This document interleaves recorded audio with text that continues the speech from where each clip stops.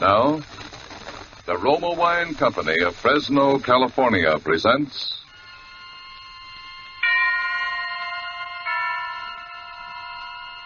Suspense. Tonight, Roma Wines bring you the distinguished actor, Mr. Ronald Coleman, in one of the great suspense stories of our time, August Heat. Suspense is presented for your enjoyment by Roma Wines. That's R-O-M-A, Roma Wines. Those excellent California wines that can add so much pleasantness to the way you live, to your happiness in entertaining guests, to your enjoyment of everyday meals. Before we bring you Ronald Coleman and our suspense play, here's a brief message from Elsa Maxwell, famed for her great charm as a hostess. When food looks appetizing, it almost always lives up to expectations. When even so simple a main dish as a steaming, fragrant bowl of spaghetti or beans is surrounded by bright green salads, golden rolls or muffins, and brilliant Roma California burgundy, the food is more enjoyable, more delightful. And for a summery touch of the outdoors, a vase of flowers, perfect color complement to the deep, rich beauty of Roma burgundy. You'll enjoy the fruity, robust taste, the tart piquancy of distinguished Roma burgundy served cool. Truly, a masterpiece of fine winemaking. Like all Roma wines, Roma burgundy is unvaryingly good, always high in quality of bouquet, color, and taste. The happy reward of selected grapes, brought slowly to perfection, gently pressed, then carefully guided to flavor fullness by the ancient skill of Roma's noted wineries in California's choicest vineyards. Yet all this goodness is yours for only pennies a glass. Remember, more Americans enjoy Roma than any other wine. R-O-M-A, Roma Wines. Yes, right now a glassful would be very pleasant, as Roma Wines bring you a remarkable tale of suspense. And with August Heat, W.F. Harvey's matchless narrative of premonition and the brooding terror of twilight and the unseen, and with the performance of Ronald Coleman, Roma Wines hope indeed to keep you in suspense.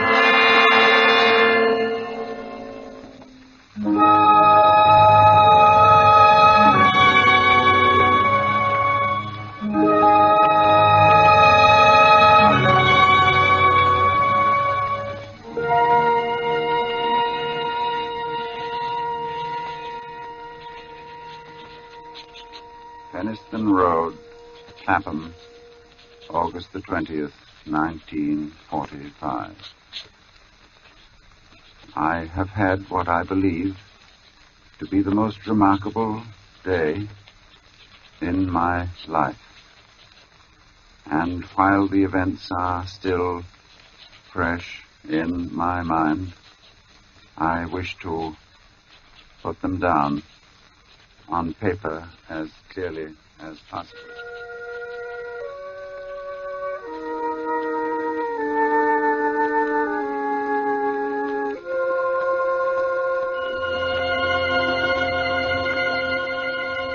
Let me say at the outset that my name is James Clarence Withencroft.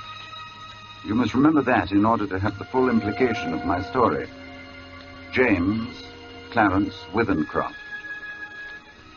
I'm 40 years old, in perfect health, never having known a day's illness. By profession, I am an artist. Not a very successful one, but I earn enough money by my black and white work to satisfy my necessary wants. My only near relative, a sister, died 5 years ago, so that there is no one in particular to whom I address this manuscript. Only you, who might by chance read it someday. For, because of the peculiar circumstance about which you will soon hear, I have the strong premonition that I shall never live to tell anyone about it.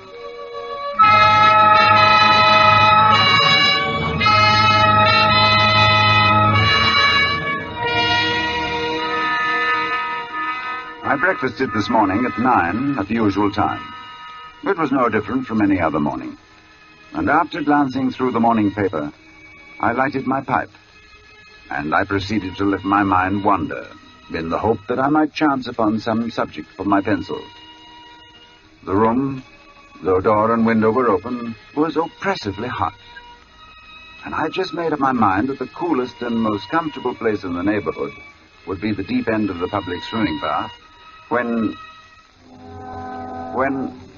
I was suddenly shaken. A feeling swept over me such as I'd never experienced before. I attempted to rise to my feet, but somehow it seemed as though I had suddenly been fastened to my chair. My hand went out in an effort to brace myself. And then, before I knew what I was doing, my pencil was in my hand, and I began to draw. It was as though someone had taken my hand and was moving it across the paper, swiftly, in bold strokes. And then I seemed to take over. My hand, under its own power, began to draw. I soon forgot the oppressive heat. Everything was forgotten in this frantic feeling that the sketch must be finished as soon as possible.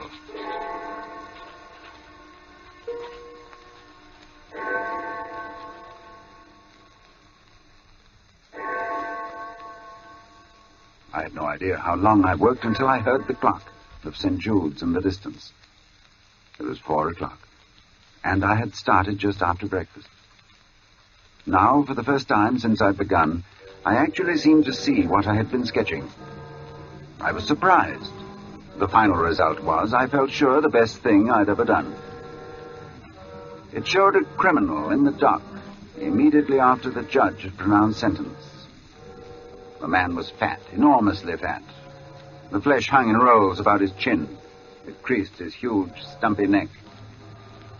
He was clean-shaven, or perhaps I should say a few days before he must have been clean-shaven.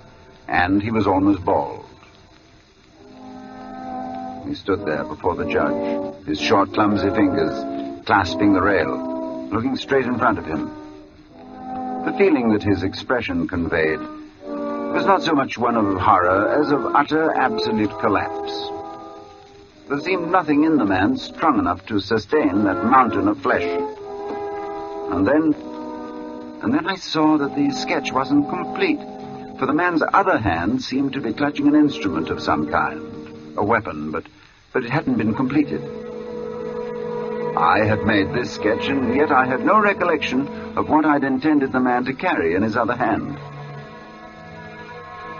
I took up my pencil again, and I attempted to fill in the fuzzy outline, but it was useless.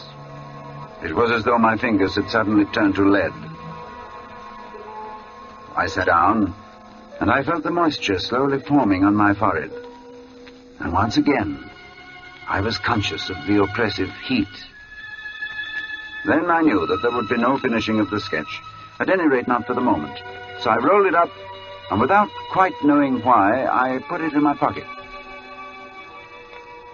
In spite of my peculiar inspiration, I was filled with a rare sense of happiness which the knowledge of a good thing well done gives.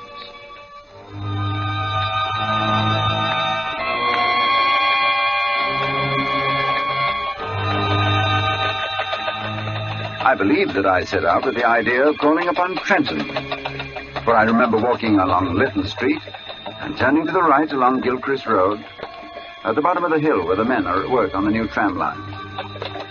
From there onwards, I have only the vaguest recollection of where I went. Through parks, along crowded streets, always conscious of the awful heat that came up from the dusty asphalt pavement in a suffocating wave.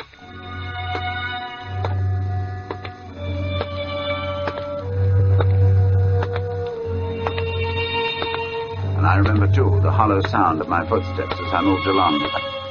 Although walking aimlessly, I somehow knew that there was a goal, a something to which I was drawn. I longed for the thunder promised by the great banks of copper-colored clouds that hung low over the western sky. I've really no idea how far I walked when a small boy roused me from my abstraction. You got the time, mister? 20 minutes to 7. Thanks. Often enough for you, sir? Yes. When he left me, I began to take stock of my bearings. I found myself standing before a gate, that led into a yard bordered by a strip of thirsty earth. There were flowers, purple stock and scarlet geranium, and great numbers of bees droned over them. I stood looking down at them for a moment, and then, for some reason, I looked up. Over the entrance to the place, there was a board with the inscription, Charles Atkinson, Monumental Mason, worker in English and Italian marbles.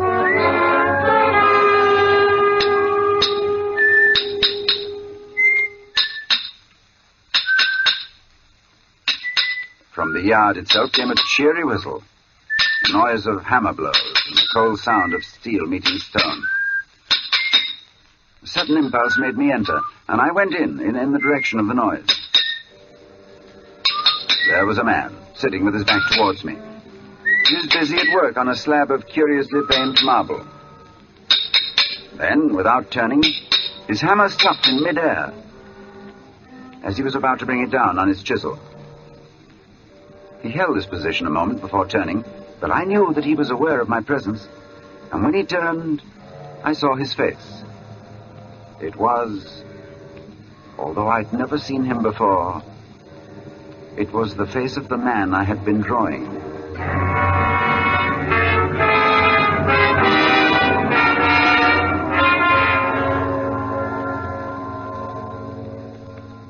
Yes, it was the face of the man whose sketch was in my pocket. He sat there on his low stool, huge and elephantine, the sweat pouring from his scalp, not speaking. Then he took a red silk handkerchief and he mopped his brow. Although this face that looked up at me was the same as my sketch, the expression was absolutely different. Suddenly the puzzled expression left his face, and he smiled, as if we were old friends. And he walked over and he took my hand. Good day, sir. Good day. I'm sorry to intrude. Not at all. Everything is so hot and glary outside. This is like an oasis in the wilderness. I don't know about an oasis, but it certainly is hot. Whew. Take a seat, sir. He pointed to the end of the gravestone on which he was at work, and I sat down. Whew. Very hot. That's a beautiful piece of stone you've got hold of. In a way it is. The surface here is as fine as anything you could wish, but there's a big flaw at the back. Oh, I don't expect you'd notice it. Oh, I shouldn't think so. I could never really do a good job at a bit of marble like that. It would be all right in the summer like this.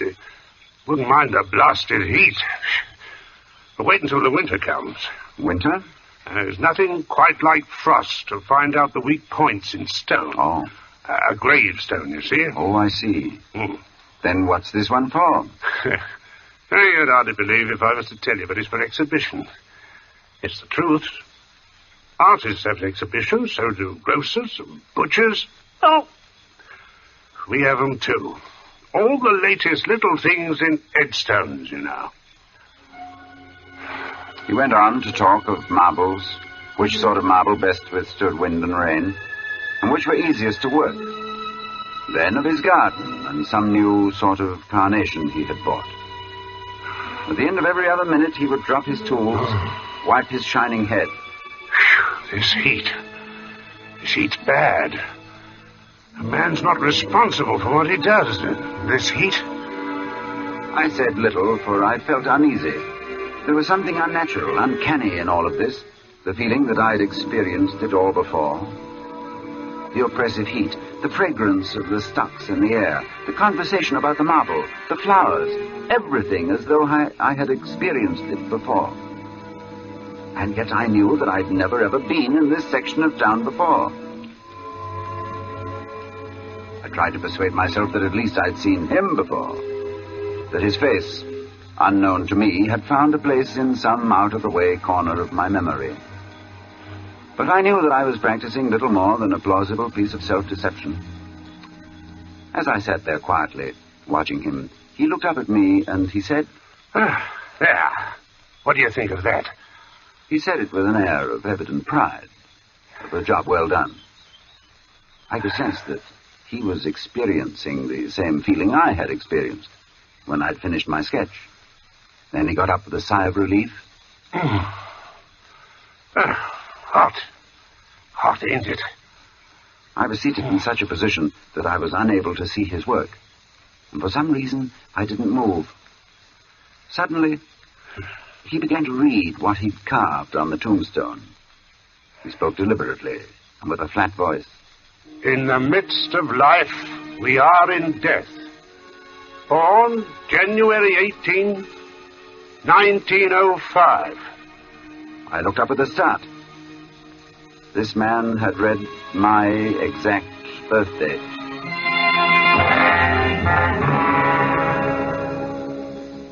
He passed away very suddenly on August 20th, 1945. That's today. We usually use the present date on these exhibition stones. Do you usually put a name on them, too? Yes. Sacred to the memory of James Clarence Withencroft.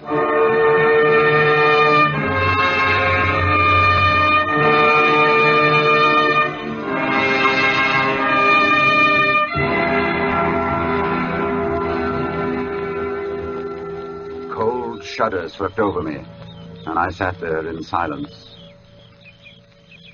The sound of birds and crickets seemed loud in my ears as we stood there, looking at each other, saying nothing. And then he mopped his brow again. Hot. I was finally able to speak. Where did you see that name? Oh, I didn't see it anywhere. I wanted some name, and I put down the first that came into my head. It's a strange coincidence, but it happens to be mine. Huh? That's your name? You're James Clarence... Withencroft, yes. Well... And the dates? I can only answer for the birth date. It's correct. Oh. That's a rum go. I made a sketch this morning of you. Of me? But you've never seen me before. No. Oh. I took my sketch from my pocket and I showed it to him. As he looked, the expression on his face altered, until it became more and more like that of the man I had drawn. And it was only the other day before that I told Maria there were no such things as ghosts. Neither of us had seen a ghost, but I knew what he meant. Then I spoke to him. You probably heard my name someplace. Yes. You must have seen me somewhere and forgotten it. Yes. Were you at Clacton-on-Sea last July? No, I've never been to Clacton in my life. Oh. Then we were silent for some time again, and we stood there looking at one another, and at the two dates on the gravestone, and the birth one was right, and the other was today. Well, come inside and have some supper.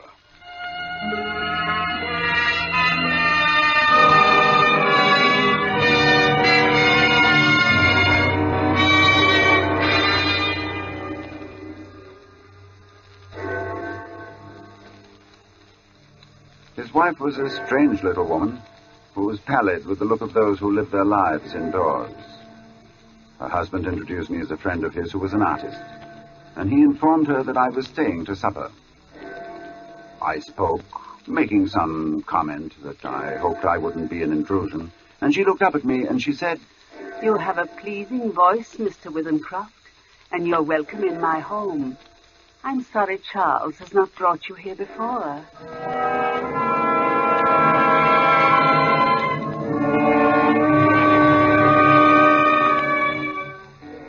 Very little was said during the meal, and after the sardines and watercress had been removed, She walked over to a cupboard, and she took down a thin black book. And as she handed it to me, she spoke. Would you read aloud, Mr. Withenscroft? Puzzled, I looked down at the book which she'd opened and placed before me. It was a very tiny book. The Prophet, it was called, by an author unknown to me with a strange Eastern name, Khalil Gibran. And my eyes fell across the page, and suddenly I was reading aloud, as she'd asked me to. Then Almitra spoke, saying, we would ask now of death. And he said, you would know the secret of death. But how shall you find it unless you seek it in the heart of life? The owl, whose night-bound eyes are blind unto the day, cannot unveil the mystery of light. If you would indeed behold the spirit of death, open your heart wide unto the body of life. For life and death are one, even as the river and the sea are one. In the depth of your hopes and desires lies your silent knowledge of the beyond. And like seeds dreaming beneath the snow, your heart dreams of spring. Trust the dreams, for in them is hidden the gate to eternity. Your fear of death is but the trembling of the shepherd when he stands before the king whose hand is to be laid upon him in honor. Is the shepherd not joyful beneath his trembling, that he shall wear the mark of the king? Yet is he not more mindful of his trembling. For what is it to die but to stand naked in the wind and to melt into the sun? And what is it to cease breathing but to free the breath from its restless tides, that it may rise and expand and seek God unencumbered? Only when you drink from the river of silence shall you indeed sing. And when you have reached the mountain top, then you shall begin to climb. And when the earth shall claim your limbs, then shall you truly dance.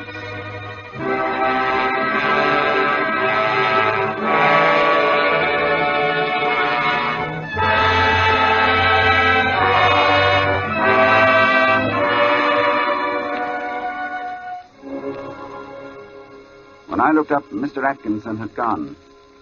But his wife stood before me, and as she took the book, she spoke. Thank you. Then I went outside. And I found Atkinson sitting on the gravestone and smoking. He looked up at me. Hot. Man's not responsible for what he might do in this heat.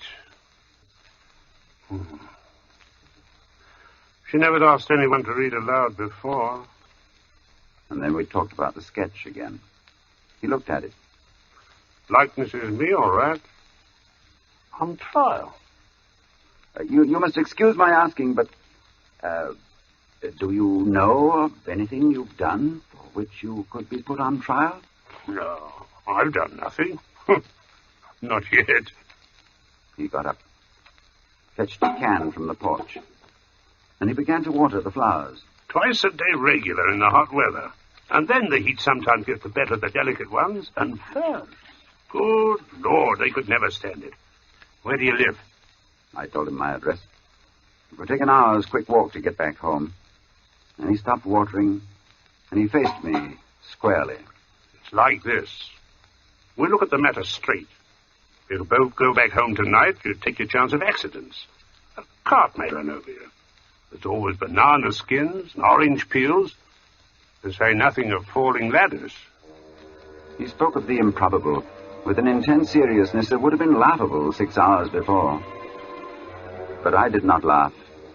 The best thing we can do is for you to stay here till 12 o'clock. Then it'll be tomorrow, do you see? Yes. We'll go upstairs and smoke. Maybe cooler inside. And to my surprise, I agreed.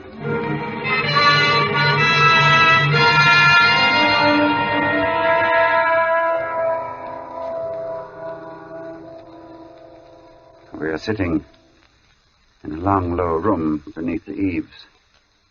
Atkinson has sent his wife to bed.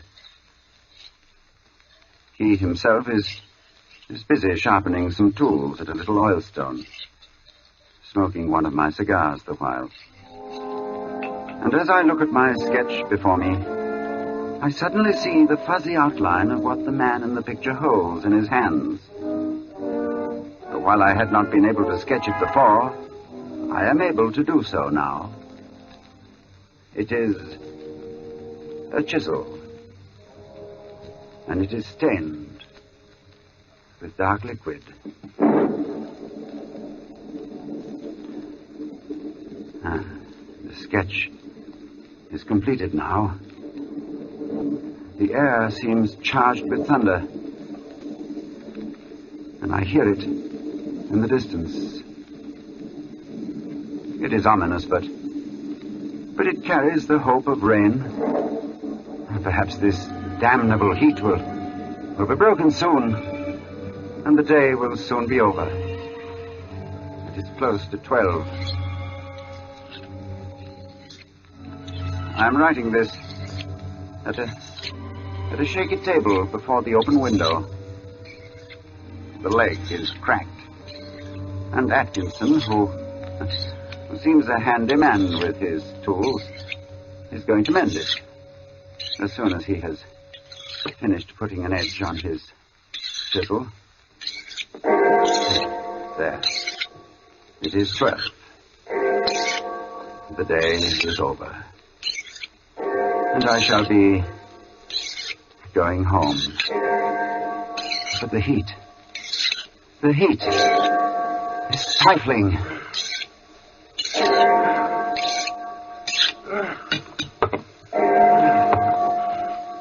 This heat is enough to send a man mad.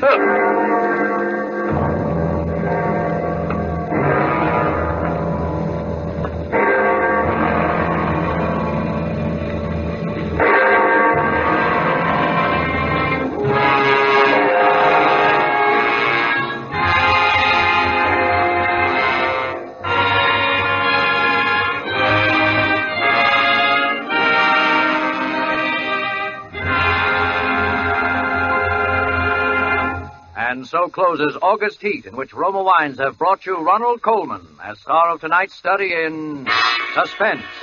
Suspense is produced, edited, and directed by William Spear. Music for August Heat was composed by Lucien Morawick and conducted by Lud Gluskin. Dennis Hoy appeared as Atkinson. This is Truman Bradley with a word for Roma Wines, the sponsor of Suspense. America's famed authority on hospitality, Elsa Maxwell, recently made this suggestion for gracious entertainment. Your friends will respect your good taste when you serve delightful Roma California Tokay, enjoyable at any time, with coffee or dessert with nuts and fruit. I suggest serving Roma Tokay cool. A most timely suggestion from Miss Maxwell. You'll find flame bright Roma Tokay velvety smooth, moderately sweet, light, yet delightfully rich in color. And you'll find Roma wines always delicious, of unvarying fine quality and goodness. June is the month of weddings, and the most distinguished way to fate the June bride is by serving Roma California Champagne. Its gold and sparkle and delicious, delightful dryness tell you that here is a truly fine champagne, Roma Champagne. Next time you plan for a special occasion, add this sparkling touch of perfection, good Roma Champagne. Next Thursday, you will hear John Payne and Frank McHugh as stars of Suspense. Presented by Roma Wines, R-O-M-A, made in California for enjoyment throughout the world. This is CBS, the Columbia Broadcasting System.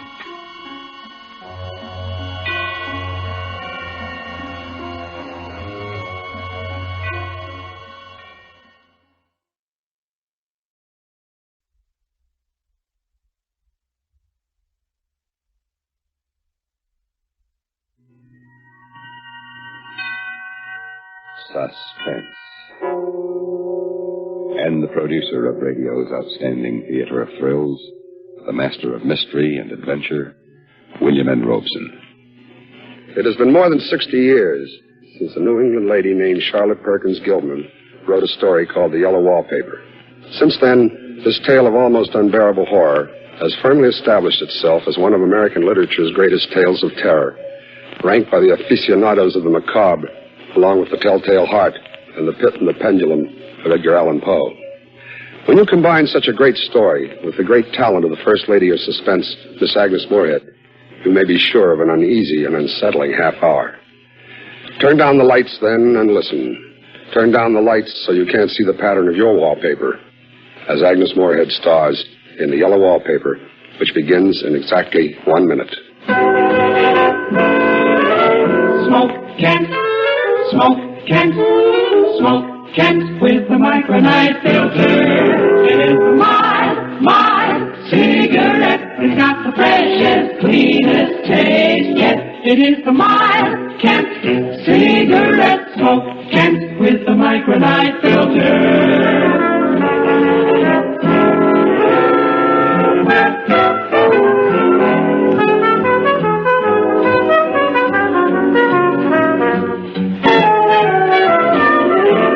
It is the mild cigarette. It's got the freshest, cleanest taste yet. It is the mild Kent cigarette. Smoke Kent, smoke Kent, smoke Kent with the micronite filter. And now, Miss Agnes Moorehead in The Yellow Wallpaper, a tale well calculated to keep you in suspense. I've never seen a worse wallpaper in my life. All those strangled heads and bulbous eyes and fungus growths seem to shriek with derision.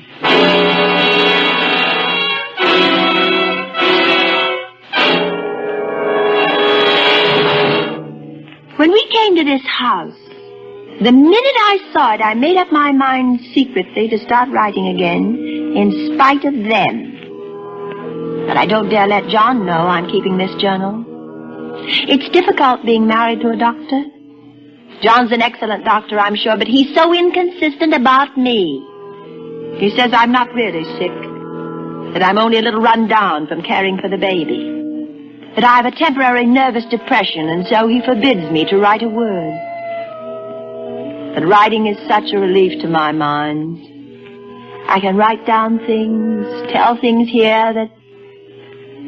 No, John says I'm not to brood about those things. I confess they make me feel badly, so I'll only write about the house. I saw it for the first time today, the most beautiful place. John rented it for the summer, and we drove up today, perfect June morning. The bay and the white sails and people already in swimming. And then the shaded lane and the old-fashioned flower garden and the gnarly trees and the house. The house standing alone in the summer stillness. I could never tell John, but you know the house spoke to me.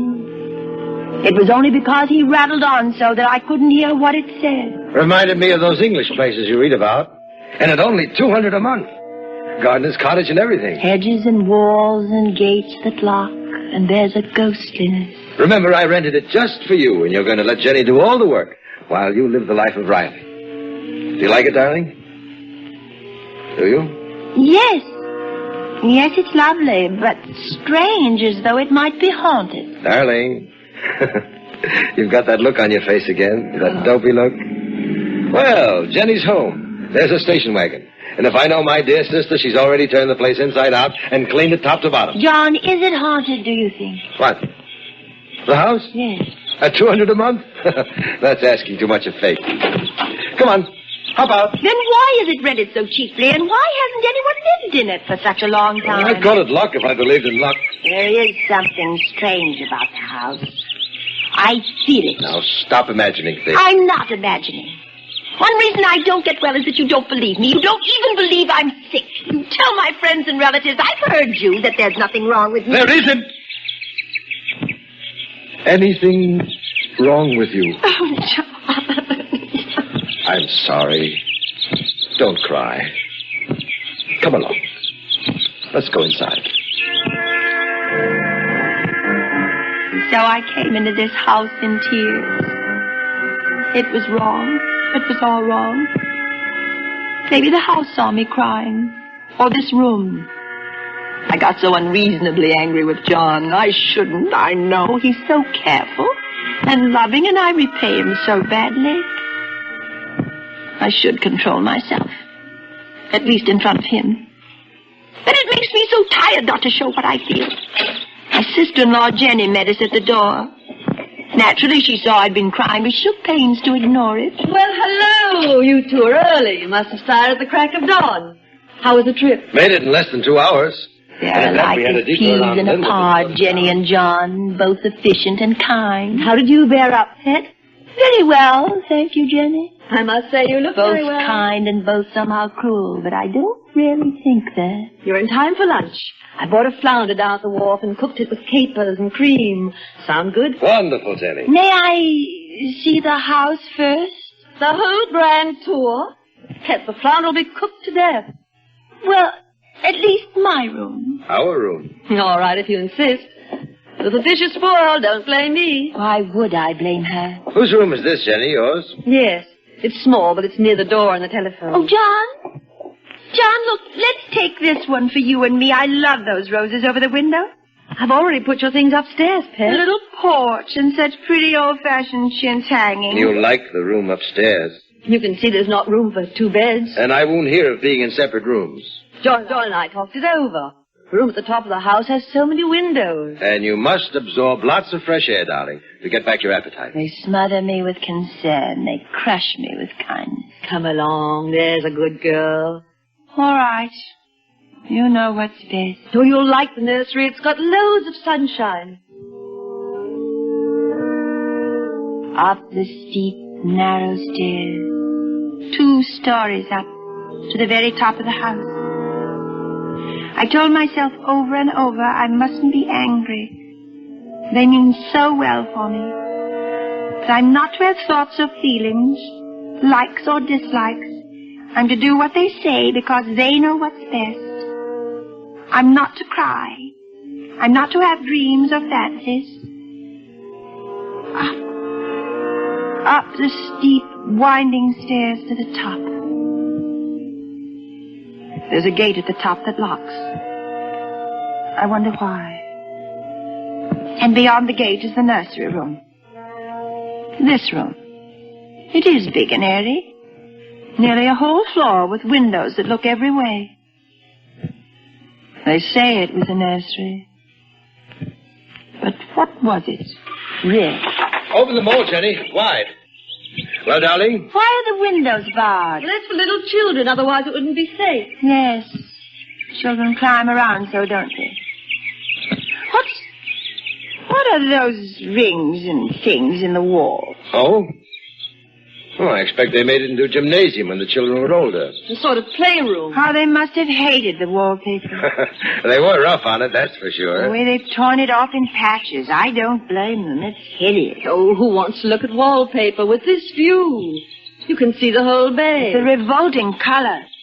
It's unclean. It's such a sickish yellow there where the sun shaded it. Now, darling, you must be hungry. I know you're tired. I'm not tired. Why do you both act this way? I say the wallpaper's ugly and you look at each other. Your eyes shuffle back and forth and suddenly you both act as though I'd lost my... Darling, that was something we weren't going to say. Be a good girl, Pet. We don't act anyway. We only want you not to worry. We want you to be well. It's true. That's all they want. John laughs at me, of course, but one expects that in marriage, and he says I have foolish fancies, and he sometimes can talk them away, but not this time. No matter what he says, it's a smoldering, sulphurous, unclean, hideous wallpaper. No wonder the children scratched at it and stripped it down. No wonder they gouged the plaster with their little fingernails. No wonder they hated it. I hate it myself. Somehow I feel It hates me.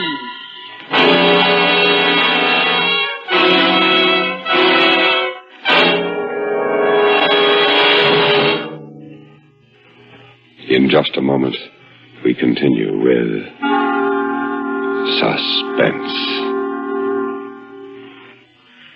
The best things in life may not always be free, but some of the worst things sure are expensive.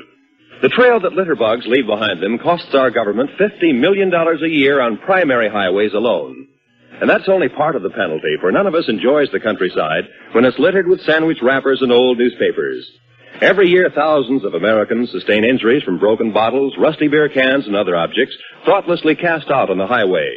As a result, work hours are lost and wages remain unearned. A carefree holiday is hardly carefree if you're careless about trash. Your neglect can only add to your tax bill and damage property you might otherwise enjoy. It creates a health hazard for yourself and others.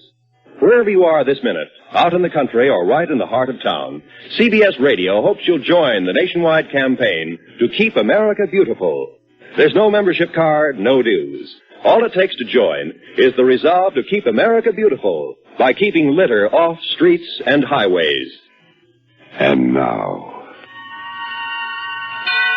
we continue with the second act of The Yellow Wallpaper, starring Miss Agnes Moorehead. A tale well calculated to keep you in suspense.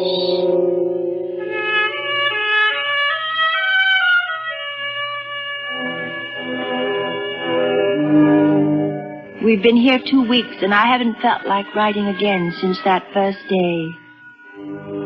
I'm sitting up by the window now, in this frightful nursery room. There's nothing to stop my writing as much as I please. John is away all day, and sometimes even at night if he has a serious case. I'm glad my case is not serious.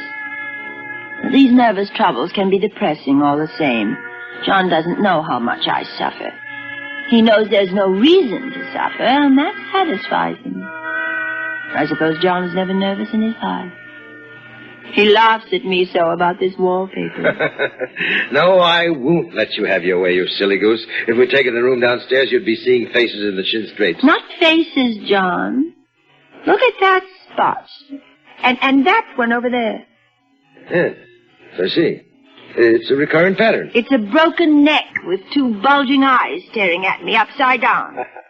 And to me, it's climbing ivy or some kind of vine. Take your choice. It could be anything. It's the everlastingness. Up and down. Climbing up and down. Sideways. Crawling, and everywhere those unblinking eyes. Now you must try to rid your mind of such nonsense. You simply must. All right, John, I'll try. After all, it's only in certain lights when I look at the wallpaper from the bed that I see... See what? Nothing. Nothing, John. No, you're right. There's nothing except a pattern. A front pattern. And an under pattern in a different shade of yellow. It dwells in my mind so. I lie on that great immovable bed. It's nailed down. And follow the pattern about by the hour. And then where it isn't faded and when the sun is just so, I see a strange, faint, formless sort of figure lurking, waiting behind that front design. There are things in that wallpaper that nobody knows but me. You know, there's a woman stooping down and creeping about behind that pattern. Last night, it was moonlight, and the moon shines in all around just as the sun does. And John was asleep, and I hated to waken him, so I kept still and watched the moonlight on the wall until the figure behind began to shake the pattern as if she wanted to get out. I got up softly and went and felt the paper to see if it did move. It moved. I'm sure of it. And the woman cried out as though her voice came a long way over water. Let it go! Let me out!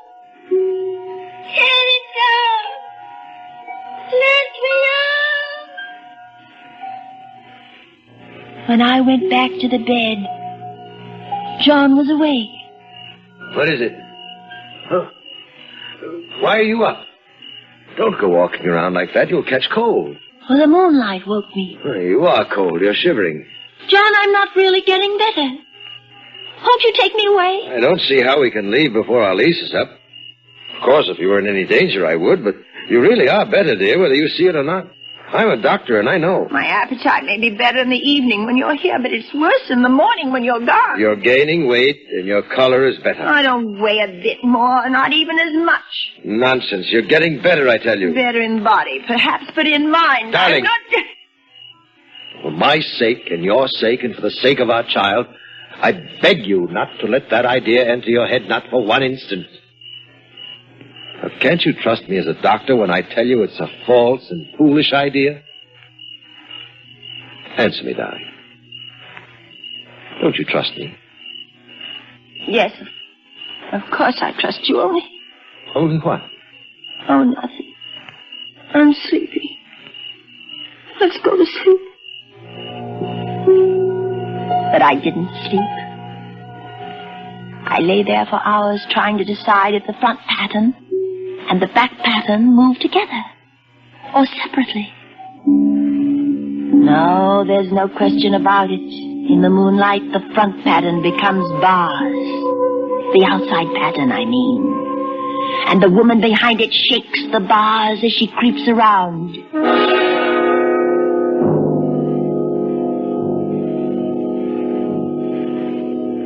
I like this room now. And life is much more exciting than it used to be. I have something more to expect, to look forward to watch. And I really do eat better, and I'm quieter than I was. John is pleased to see me improve. You see, you're flourishing like a weed in spite of your wallpaper. Yes, in spite of the wallpaper. In spite of it. Because of it. But I had no intention of telling him that. He might want to take me away. And I don't want to leave now until I find out.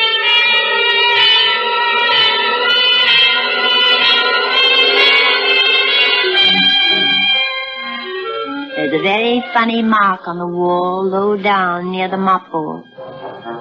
A streak that runs around the room. It goes behind every piece of furniture, except the bed. A long, straight, even smudge, as if it had been rubbed over and over. How was it done? Who did it? What did they do it for? Round and round. Round and round. Round. Makes me dizzy.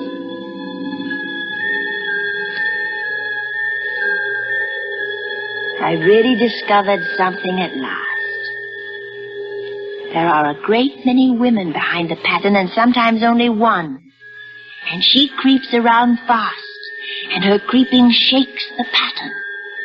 She's trying to climb through and can't because the pattern strangles everything. But she does get out in the daytime. I know because I've seen her. When a car comes, she hides in the blackberry vines. I'd hide too. I always lock the door when I creep by daylight.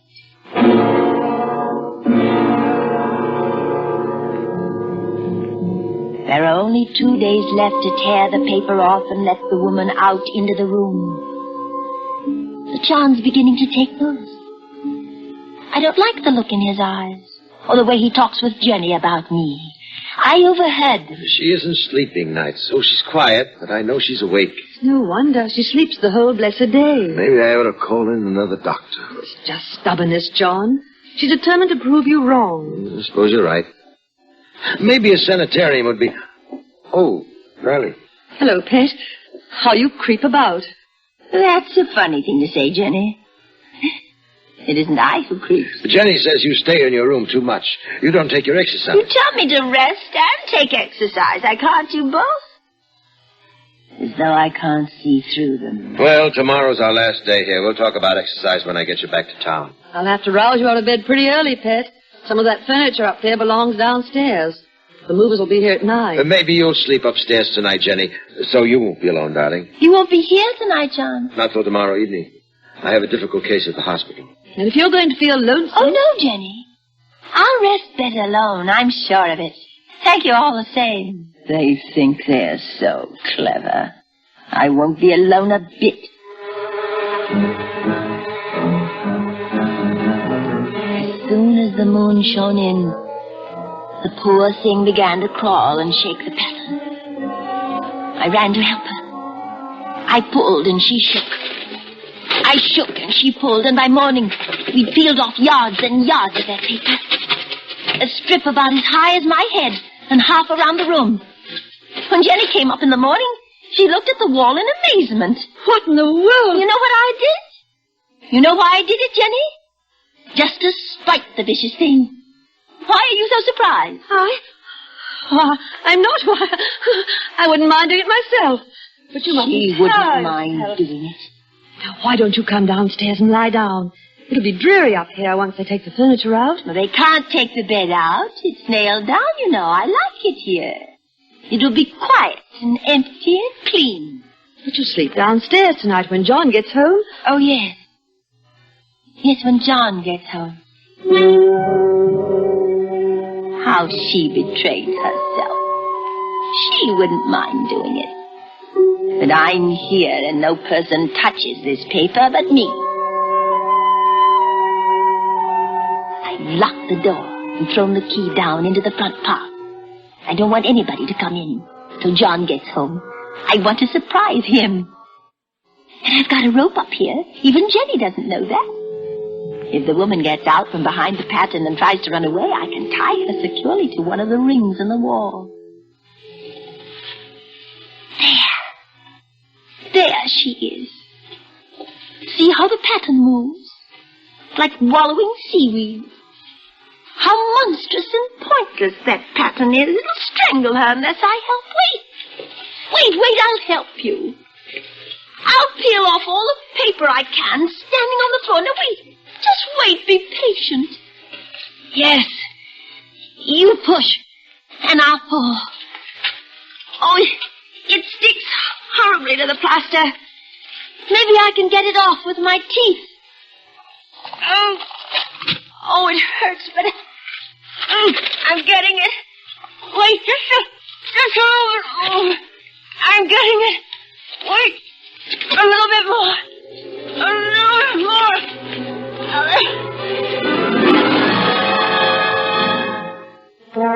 I wonder if they all came out of the wallpaper as I did. I think they did. But I have you securely tied by my rope. You'll never get away. But I don't want to get away. It's so pleasant to be on to creep about as I please. It is pleasant. But at night you have to get back behind the pattern. That will be hard. Well, it's better than going outside. I won't go outside, even if Jenny asks me to. Or outside I have to creep on the ground, where everything is green instead of yellow. And here I creep smoothly on the floor. Listen, there she is now. Darling, open the door. Why, it's John at the door. Open the door, darling. Open it, please, dear. How he does pound and shout. It's no use, Dr. John. You can't open it. Open it. Do you hear me? Open it. Jenny, bring me an axe quickly. Oh, no. He'll break down that beautiful door. John, dear, the key's down in front of the house, under a planter leaf. Please, darling. It's down by the front door, John. Open the door. For heaven's sake, open it. I can't.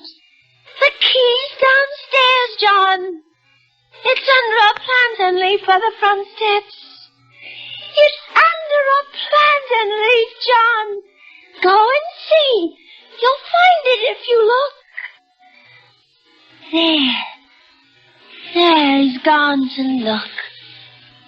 Now I can creep slowly, smoothly on the floor, round and round and round and round. And my shoulder just fits into that long smooch on the wall, so I can't lose my way. He's coming back. He's running on the stairs. How astonished he will be. My dear. Oh, my dear, what is it? What's happened? I've got out at last, John. Out? Out from... Yes. In spite of you and Jenny. I pulled down the paper. I shook the pattern and pushed and pulled it down. It stuck horribly. But you'll never, never, never put back. You're so pale, John. Why do you close your eyes? Watch how swiftly I creep in this lovely yellow room.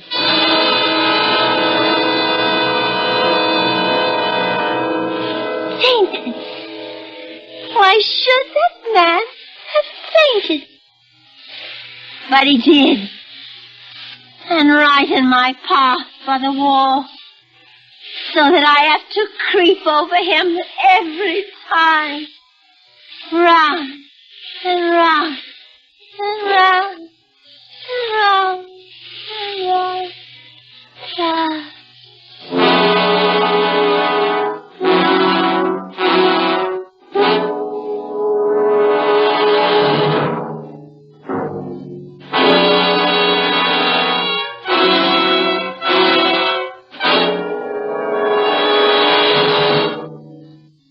Suspense, in which Miss Agnes Moorehead starred in The Yellow Wallpaper, adapted by Sylvia Richards from the story by Charlotte Perkins Gilman.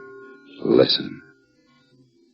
Listen again next week when we return with Alibi, another tale well calculated to keep you in suspense. Supporting Miss Moorehead in The Yellow Wallpaper were Ann Hunter as Jenny and Joe DeSantis as John. It's true that all news reporters broadcast some of the same news items, but there's a great difference in news reporters. There's no substitute, for instance, for the years of wide, diversified experience Lowell Thomas brings to his nightly newscasts on CBS Radio. Gold miner, cowpuncher, college professor, newspaper reporter, editor, historian, biographer, movie commentator, lecturer, author, and film producer have been some of the professions followed by Lowell Thomas in his active life. And he draws on all these experiences to illustrate and spice his broadcasts. As an explorer and world traveler, Lowell Thomas has led expeditions to the far corners of the globe and written some 43 books based on his travels. He has met many leading personalities of all countries, and when their names are in the news headlines, Lowell Thomas usually has an interesting anecdote to tell as an aid to understanding the news behind the news. Join him every Monday through Friday night on most of these same stations when Lowell Thomas reports the news. This is the CBS Radio Network.